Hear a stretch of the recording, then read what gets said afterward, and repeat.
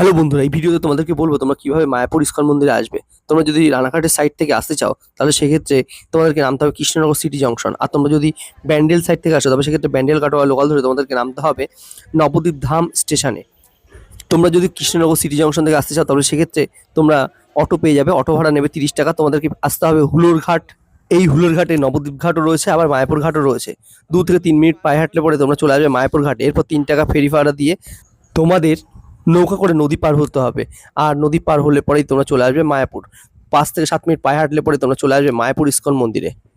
আর তোমরা যদি নবদ্বীপ ধাম থেকে আসতে চাও তবে সেক্ষেত্রে নবদ্বীপ ধাম থেকে মায়াপুর ঘাটের দূরত্ব হলো 4 কিলোমিটার এবং নবদ্বীপ ধাম স্টেশন থেকে মায়াপুর ঘাট আসতে সেক্ষেত্রে টোটো ভাড়া পড়বে 20 টাকা ব্যক্তি পিছু। তারপর নৌকা করে নদী পার হলে পরেই তোমরা পৌঁছে যাবে মায়াপুর। তারপর 5 থেকে 7 মিনিট পায়ে হাঁটলে পরে তোমরা পৌঁছে যাবে মায়াপুর ইস্কন মন্দিরে।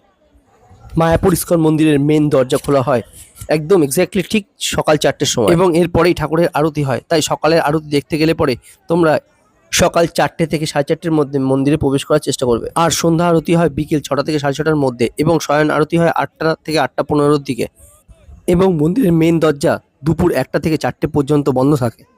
সকাল 4টের গেট ওপেনিং থেকে রাতে 8:30টার গেট ক্লোজ পর্যন্ত সকল আরতির টাইম টেবিল আমি এই যে ডিসপ্লেতে দিয়ে দিলাম। তুমি যাও না, যাও তুমি যাও ওদের সাথে, যাও নাচো।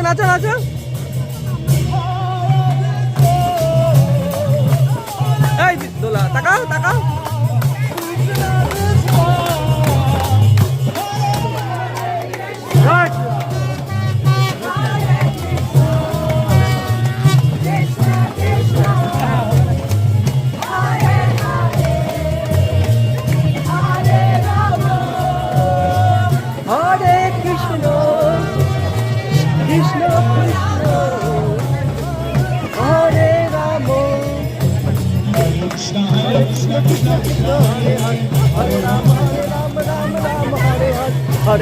Hare Krishna Krishna Krishna Hare Hare, Hare Ram Ram Ram Hare Hare, Krishna Krishna Krishna Hare Hare, Hare Ram Ram Hare Hare, Hare Krishna Krishna Krishna Hare Hare, Hare Ram Ram Hare Hare.